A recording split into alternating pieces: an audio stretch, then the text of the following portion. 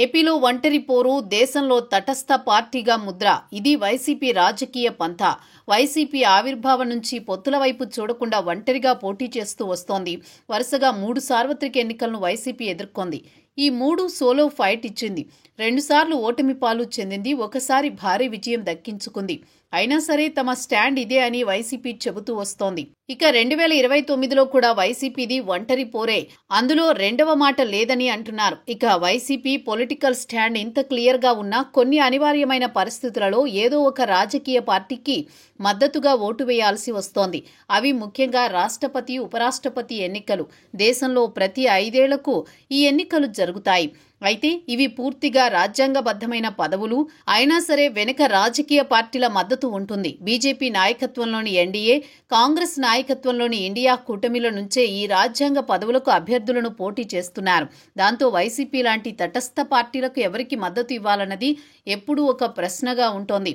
అదే సమయంలో YCP political stand indirect గా అయినా తెలుస్తుంది అని అంటున్నారు.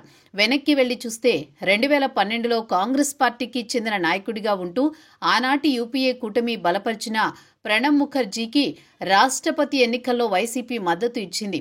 కాంగ్రెస్తో విభేదించి బయటకు వచ్చి సొంత పార్టీ ఏర్పాటు చేసుకున్న వైసీపీ రాష్ట్రపతి ఎన్నికల్లో మాత్రం కాంగ్రెస్కు మద్దతు ఉన్న ప్రణబ్ వైపే మొగ్గు చూపి ఆశ్చర్యపరిచింది. అయితే రాజ్యాంగబద్ధమైన పదవుల విషయంలో రాజకీయాలు చూడరాదు అన్నది తమ పార్టీ సిద్ధాంతమని వైసీపీ చెప్పుకుంది.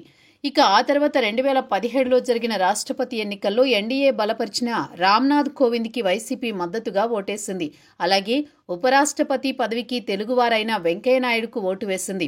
ఇక 2022లో జరిగిన రాష్ట్రపతి ఎన్నికల్లో కూడా ఎన్డీఏ బలపరిచిన ద్రౌపది ముర్ముకి, అలాగే ఉపరాష్ట్రపతిగా జగదీప్ ధన్ఖర్కి మద్దతుగా ఓటు వేసింది. అయితే మధ్యలో జగదీప్ ధన్ఖర్ రాజీనామా చేయడంతో ఉపరాష్ట్రపతి ఎన్నికలు అనివార్యమయ్యాయి.